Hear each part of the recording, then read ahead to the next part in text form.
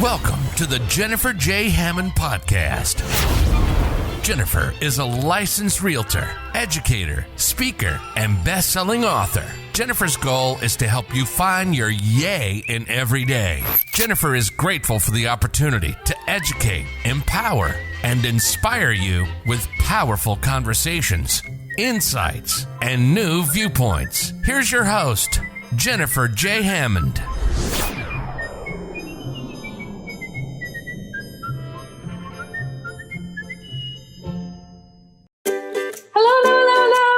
Hello. I'm so excited today. The guest, oh my gosh, we're so excited about our guest. This is someone who really does put a lot of yays out into the world. This is Lee Rubin. He is, wow, there's a whole bunch of things. He was former captain of the Penn State football team. Full-time, he's a keynote speaker. That's definitely changed right now. But he's also a team building expert, which you can probably imagine how we're going to apply that to real estate in a bunch of different ways. But I wanted to say thank you for being here and welcome to the show, Lee. Jennifer, it's great to be here. Thanks for having me. My pleasure. Yeah. So first of all, I would love for you to talk a little bit about your past. Like when you were 10 years old, did you ever think, hey, I'm going to be captain of a football team, a major football team? What was your idea of team building, being the captain? What was it like when you were a little boy? So as a young boy, I knew sports were a big part of my life. I played multiple sports, basketball, football, baseball, ran track. So I knew sports would be a large part of my life. Didn't know it would be football, didn't know it would be Penn State, didn't know it would be at that level, and was very fortunate in terms of my coaches, my parents, the leaders around me. They really shaped this idea of teams where, our culture can be very individualistic, right? How are you doing? And did you win? And did you beat everyone else? I was very fortunate in most of my sports to have great coaches who really promoted the idea of the team. So I had a great academic and athletic time, period of my life in high school, and started to get a lot of attention from colleges and universities, actually for basketball and football, and decided to play football. I enjoyed the violence of the game. Sorry. but enjoyed the physicality of the game. And playing big time football at that level was just an opportunity I couldn't pass up. So well, Lee, great experience. When you say you enjoyed the violence, I think it's really interesting because so much of life we spend in our heads. We're thinking, we're gaining knowledge, and we don't really get a chance to actually go out and do whatever it is. And I think to me, as much as you say you enjoyed the violence, from my perspective, and this is just me interpreting, not ever having played football, ever a contact sport, but I think also there's something so satisfying of being able to, when the chips are down, as they say, to really be able to go into action. Would you agree that's part of it? I agree. I think that's part of the reason that millions of people tune in every Saturday and Sunday to watch those athletes. There's the rational piece, and I will make sure that I say that athletes at every level are very thoughtful individuals. It's not just physical. You have to be a thinker. You've got to be smart. You've got to be able to make reads and make adjustments. But there's that piece of it where it's not just thought, it's physical action in the midst of adversity, because you're not out there just acting on your own. There are people on the other side who are just as physical and who are trying to be physical with you. So it's that battle to overcome those challenges. And I think people enjoy watching that drama play out over 2-3 hours during a contest. So yeah, I think you're onto something. Well, and I think also is we take your skills and we apply that to real estate. And I want to take it from what I've been teaching. I teach a class online about real estate investing. And I've been trying to teach people, especially during the pandemic in 2020 and now in 2021, how do you do real estate investing? And one thing that I realized, so I want to talk about the team part of it, but before that, you were captain of the football team at Penn State. So you, I'm sure, know this very famous quote. And if I had one, I would actually hold it.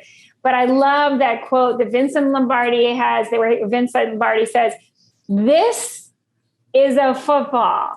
And I remember when I first heard that quote, especially because I'm not quite as in love with football as you are, I was like, I'm lost. Why does that matter? And then when I started applying it, the fact that we need to go back to basics, Absolutely. To the fundamentals before we go into the advanced strategy or the advanced blah, blah, blah, we have to start with those fundamentals. And we so often, maybe because of arrogance, maybe because of whatever idea in our head, we won't go back to the basic. And that's one of the things when I'm teaching real estate, I'm like, wait a minute. Do you even know the language so that we can communicate? Do you know what a blah, blah? And I don't want to say any of the words because I want to get people confused. But wouldn't you agree that we have to really master those fundamentals and regularly, not just one time? Oh, my goodness. So I do a talk called The 5 Components of Extraordinary Teams. And the 5th component is consistency. And so I leverage 2 quotes that you just nailed and you just hit on both of them. The first one is Aristotle quote. We are what we repeatedly do. Excellence then is not an act, but a habit, right? Yes. The second quote from a person who's becoming another favorite philosopher, and people will find this funny, is Bruce Lee. Yes, I love Bruce Lee quotes. Here's what Bruce Lee said. He says, "We fear not the man," and he said man, but we fear not the person who practices 10,000 kicks one time each. We fear the person who practices one kick 10,000 times. Amen. It's not in the sophistication. It's not being all over the place. It's have you mastered the basics? And this is a football. I agree 100%. So much so that gave me goosebumps because that is actually in my real estate investing course. It's a course where we start with the basics. First, we start with the language, really. And the first time I taught it, they're like, what?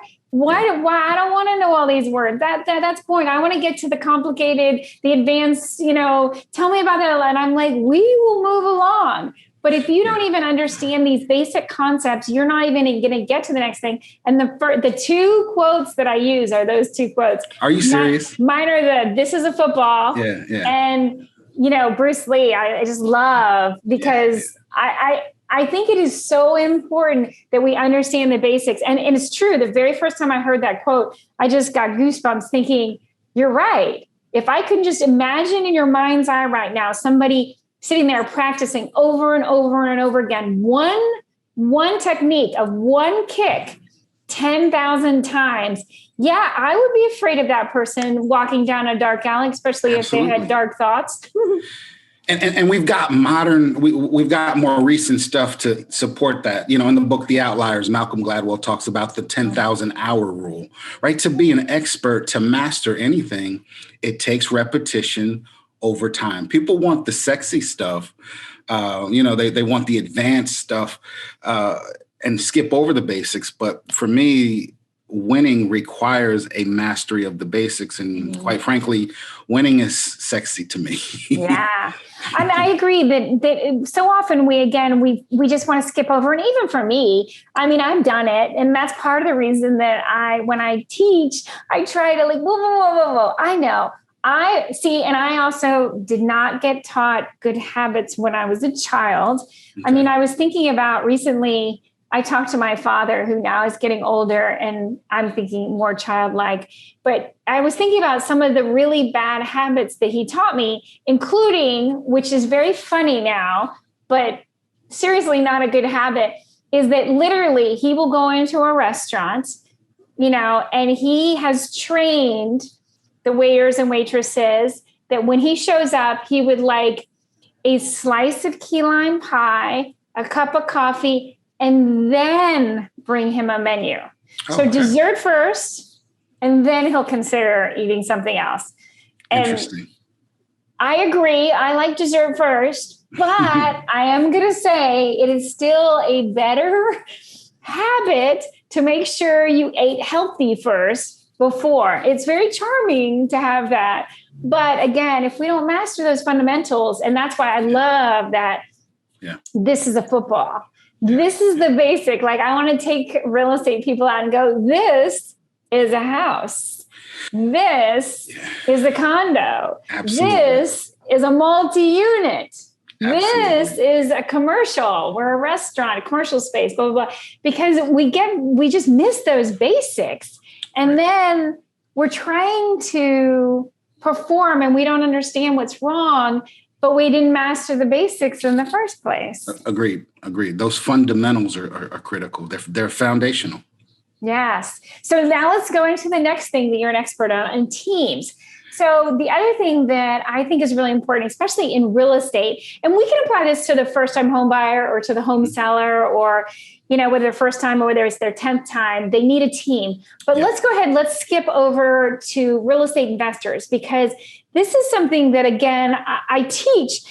And it's amazing how many times people are like, I don't need a team. And like, especially if they're a real estate agent, and I'm licensed as a real estate agent. So I understand the temptation. I want to say the temptation to the dark side, the temptation to say, well, I'm a licensed real estate agent. I'll list my own properties for sale. Do not, just like the attorney. The attorney who represents himself in court has a fool for a client. So when you build, I call it your yay team. I used to call it your A team like 12, 15 years ago. Now I want every single person on your team to help you say, yay. So as a team, real estate investing is definitely a team sport. Sure. And to think you can go at it alone, who's going to give you the money? Who's going to do all the legal stuff? Who's going to find the properties for you? All of those people are part of your team. So will you talk a little bit about that mindset of team and each person being part and knowing their role? Just like football, you can't. Everybody can't be the quarterback, right? Exactly. So I start with the philosophy every time I share this idea, this talk. Teams exist because there's a challenge or an opportunity too big for one person to handle alone. If we don't get that, right, this is the football statement. Teams exist because there's a challenge or an opportunity that I can't handle by myself. The reality is, if I could handle it by myself, I wouldn't need a team. And the implication of that, and which is really critical, is that we're dependent on each other. Yeah. Right? I need you to be successful for us to be successful. And so when we understand that dependence, or better yet, interdependence, it really changes the nature of our relationships. Because if you win, I win, and vice versa. But there's so many people who are at least believe that they can put on their cape, be a superhero, and do it all by themselves. But the reality is, we've got people who are specialized and expert in different aspects of the process. It would be unwise to try to do everything. And as the saying goes, be a master of none. Exactly. So I know you have great stories, especially from your days as captain of the football team, Penn State. So one thing that I think is such a really powerful lesson is that being part of a team is fun. So, again, because I've been an entrepreneur, which I know, sometimes you can have I had this amazing win and there's nobody there to share it with you. And that's one thing that I find to be, wait a minute, there are people here to share with you. You have to look around and see all the different people that contributed to that win. Because if you ever think you totally did it by yourself, there is no way. You are living a fantasy world. Everything we do, we're connected to other people. So would you share a story of maybe a win that you guys had that obviously being part of a team made it 10 times more fun? It's a great question. I haven't thought of that particular story or one that matches that particular idea.